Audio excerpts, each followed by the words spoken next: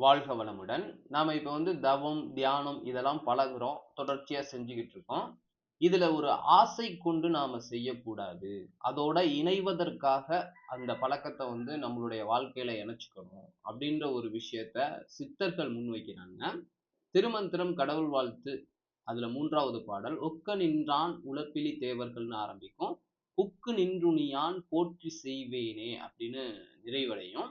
So இதுல என்ன சொல்ல வராங்க அப்படின்னா, இது போல சித்தர்களும் சொல்றாங்க. நம்ம வந்து இந்த தவம் அப்படின்றத ஆசை கொண்டு அல்லது பல பயன்களை அடையணும்னு நினைச்சு பண்றது, இங்க மாபெரும் அறியாமையின் நிலை. அதுல இருந்து நாம வந்து விலகி, இந்த தவம் அப்படின்றதோட நம்மள இணைத்துக் கொள்வதற்கான ஒரு முயற்சிய மட்டும் தான் நாம இங்க எடுக்கணும். அதுவும் எடுக்கணும்னு கூட சொல்லல அவங்க. எப்படின்னா, தவம் செய்றேன் அப்படிங்கிறது, இப்ப இந்த மனத நாம வந்து இந்த வேலைய செய்றோம், அந்த வேலைய செய்றோம்னு இயக்குறதுக்கு சமம். ஆனா தவம் அப்படின்றது, உயிர் அப்படின்ற ஒரு இயக்கத்தோட நாம இணையிறது. இந்த உயிர நாம இயக்க முடியாது. உடல்ல இருக்கக்கூடிய இதயத்தின் துடிப்ப வந்து நாம வந்து இயங்கச் செய்ய முடியாது. அது வந்து இயற்கையின் அறிவோட இயங்கிக்கிட்டு இருக்கக்கூடிய ஒண்ணு. அந்த இயக்கத்துல நாம இணையறதுக்கும், நாம இயக்குறதுக்கும் நெறைய வித்தியாசம் இருக்குல்ல. இப்ப உதாரணத்துக்கு, ஒரு நிகழ்வுகள்லாம் பல விஷயங்கள் வந்து நம்மள வந்து இன்பத்துக்கோ, துன்பத்துக்கோ ஆட்படுத்திக்கிட்டு இருக்கு. அந்த இடத்துல அமைதிய கையாளணும்னு அந்த எண்ணங்கள உள்ள வச்சுக்கிட்டு இருக்கிறதுக்கும், உண்மையிலேயே அமைதியின் சொரூபமா இருக்கிறதுக்கும் உள்ள வித்தியாசம் இருக்கு. அந்த நிகழ்வுகள் எதுவுமே அவன் புலன்களுக்கு வந்து எட்டாம அமைதியின் உருவா இருக்கிறது வேற. இது எல்லாம் எட்டி உள்ளுக்குள்ள எரிச்சல ஊட்டி நம்ம அமைதியா இருக்கணும்னு நெனச்சுக்கிட்டு இருக்கிறது வேறல்ல. இப்ப நாம வாழக்கூடிய வாழ்க்கையில இந்த தவம், தியானம் அப்படின்றது பயன்கள தராம இருக்கு அப்படின்னா, இந்த தவம் அப்படின்றது வந்து பயன்கள தர வல்லது அல்ல அப்படின்றத சித்தர்கள் அந்த இடத்துல சொல்றாங்க. இது வந்து இந்த நற்பலன்கள்னு சொல்றோம்ல, இது எல்லாமே இந்த தவத்தை வாழ்வாதாரமா எடுத்து அங்க வாழ்ந்துகிட்டு இருக்கக்கூடிய ஒண்ணு அப்படின்னு சொல்றாங்க.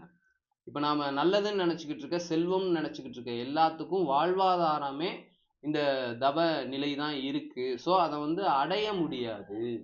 அத அறிந்து உணரதான் முடியும். அதோட இணைச்சு அதுவா மாறதான் முடியும். உதாரணத்துக்கு தவம் அப்படின்றத கடல் பரந்து விரிஞ்சு இருக்கக்கூடிய அந்த கடலின் தன்மையோட ஒப்பிடுறாங்க. அதே நாம அப்படிங்கிறது வந்து நீரோட்டத்தின் தன்மையில ஒப்பிடுறாங்க. இந்த நற்பலன்கள் அப்படிங்கிறது வந்து இந்த கடல்ல வாழக்கூடிய இருக்கக்கூடிய முத்துக்கள், வைடூரியங்கள், உயிரினங்கள், ஆழமான விஷயங்கள்ல இருக்கக்கூடிய இயக்கங்கள் இருக்குல்ல, அதெல்லாம் சொல்றாங்க. இப்ப நம்ம நீரோடையா இருந்துட்டு அத அடையணும்னு ஆசைப்பட்டோம்னா, இங்க நீர் வந்து தேங்கி பாசம் புடிச்சு குட்டை நீரா மாறிரும்.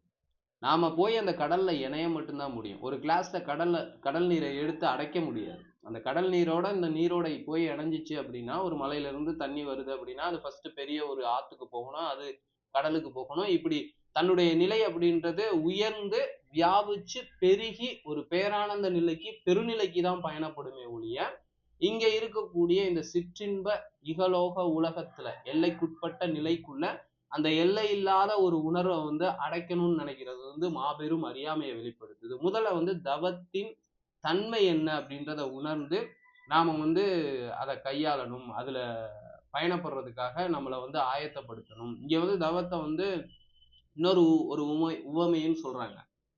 இனிப்ப உணர்றதுக்கும் இனிப்பா இருக்கிறதுக்கும் உள்ள வித்தியாசம் இருக்குதுல்ல. இப்ப இனிப்பு அப்படின்றத வந்து இந்த நாக்கு உணரதான் முடியும். பட் இனிப்பாவே இருக்கிறதோட அந்த ஒரு நிலை அப்படிங்கிறது பேரானந்த நிலை, பேர் அமைதி நிலை. அதுக்கு வந்து இனிப்பு அப்படிங்கிறது தெரியுமா தெரியாதாங்கிறது கூட நமக்கு தெரியாது. அது அதுவா மட்டும்தான் இருக்கும். அதுபோல நாம இந்த தவம் அப்படின்றத வந்து இப்ப ஆக்கினைன்னு ஒரு உதாரணத்துக்கு எடுத்துக்குவோம். இரு புருவ மத்திக்கு இடையில இருக்கக்கூடிய உணர்வுகள்ல கவனம் வைக்கிறது. அந்த இடத்துல கவனம் வச்சுட்டு என் வாழ்க்கைக்கு இதெல்லாம் தேவை, இதெல்லாம் நடந்துரணும்னு நினைச்சுக்கிட்டு இருக்கோம்னா, நம்ம அந்த உணர்வோட முழு முழுமையா ஒன்றாம இங்க எண்ணங்களின் உலகத்துல தான் இருந்துகிட்டு இருக்கோம். இந்த எண்ணங்களுக்கு வந்து வலு கிடைக்குமான்னு கேட்டீங்கன்னா, அது வந்து விபரீத விஷயங்களா தான் இருக்கும். அரைகுறை நிலையா தானே இருக்குது. ஆனா முழுமையான இன்பம் அப்படின்றது, இப்ப உதாரணத்துக்கு ஒரு பழத்துல இருந்து மரத்த புடுங்கி சாப்பிடுறதுக்கும், அந்த மரமாவே இருந்தோம்னா, அந்த பழங்களெல்லாம் நம்மகிட்டயே உற்பத்தி பண்ணி நம்மளுடைய ஊற்றா இப்ப நம்மகிட்ட செல்வத்த வேண்டி அத அடைஞ்சுக்கணும்னு நினைக்கிறதுக்கும், செல்வத்தின் ஊற்றா நாம இருக்கிறதுக்கும் உள்ள வித்தியாசத்த தான் இந்த இடத்துல வந்து சித்தர்கள் சொல்றாங்க. அப்ப இந்த தவம் அப்படின்றது எப்படி நாம பழகணும்னா, ஒவ்வொரு நாளும் கண்ண மூடி அமைதியா உட்கார்ந்திருக்கோம் அப்படின்னா, இன்னைக்கு இவ்வளவு நேரம் தவம் செஞ்சேன் அப்படின்ற எண்ணங்களை விடுத்து, இந்த எண்ணங்களின் உலகத்துல இருந்து விடுபட்டு இந்த மனதின் ஆற்றல் அப்படின்றது காலம் கடந்து இந்த உணர்வோட கலந்து கடவுளின் தன்மையோட நிறையும் ஒரு தன்மையாதான் இந்த தவம் பார்க்கப்படணும். அதை நோக்கிய பயணமா தான் அது இருக்கணும்.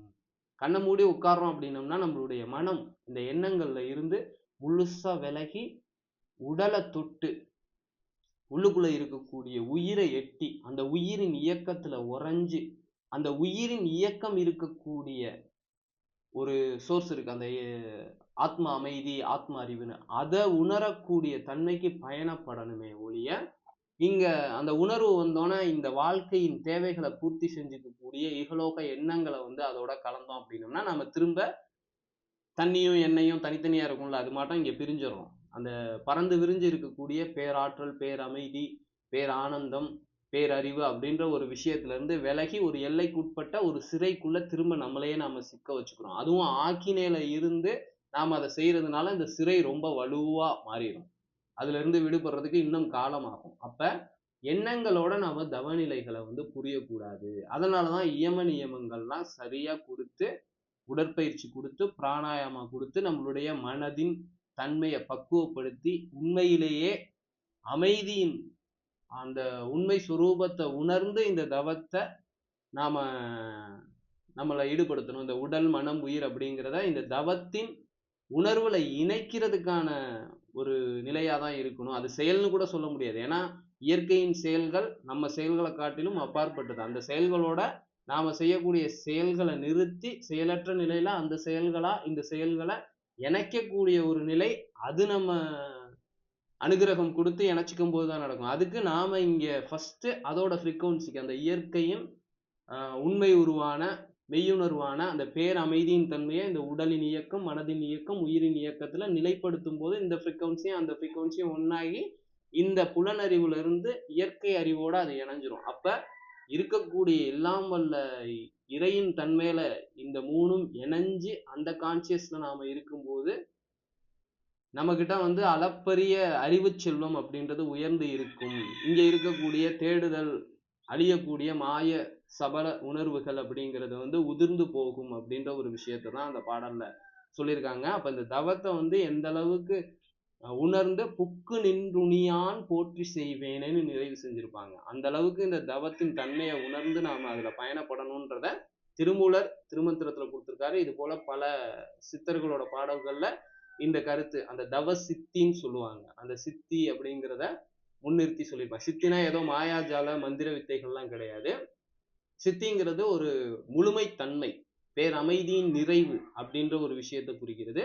தவத்தின் நிறைவு அதுலதான் இருக்கு. அதாவது தவத்தை நான் செய்யறேன்னு இல்லாம இருக்கக்கூடிய இயற்கையின் இயக்கத்தோட அந்த இயக்கம் இருக்கக்கூடிய பேரமைதியோட இந்த இயக்க நிகழ்வுகள் எல்லாத்தையுமே இணைச்சு அமைதியை கையாளக்கூடிய தன்மை, அந்த கான்சியஸ் அப்படிங்கிற ஒரு விஷயத்த நம்ம கவனத்துல வச்சுக்கணும். அப்பதான் பலன்களை பார்க்கக்கூடிய இந்த நிலையிலிருந்து பலன்களை அள்ளி கொடுக்கக்கூடிய ஊற்றாய் இங்க உற்பத்தி பண்ணக்கூடிய ஒரு தன்மைக்கு நாம நிறைவோம். இனிப்பை உணர்றதை காட்டிலும் இனிப்பா இருக்கக்கூடிய ஒரு தன்மைக்கு நகர்வோம் அப்படின்ற ஒரு விஷயத்தை தான் சித்தர்கள் சொல்லியிருக்காங்க. அதை நான் உங்களோட பகிர்ந்துக்கணும்னு நினைச்சேன். இந்த தகவல் பற்றிய உங்களுடைய கருத்துக்களை கீழே கமெண்ட்ல பதிவு செய்யுங்க. இதே போல இன்னும் தொடர்ச்சியான சித்தர்களின் பாடல்களோட உங்களை நான் ஒவ்வொரு நாளும் சந்திக்கிறேன். நன்றி, வணக்கம். வாழ்க வையகம், வாழ்க வையகம், வாழ்க வளமுடன். குருவே துணை, குரு வாழ்க.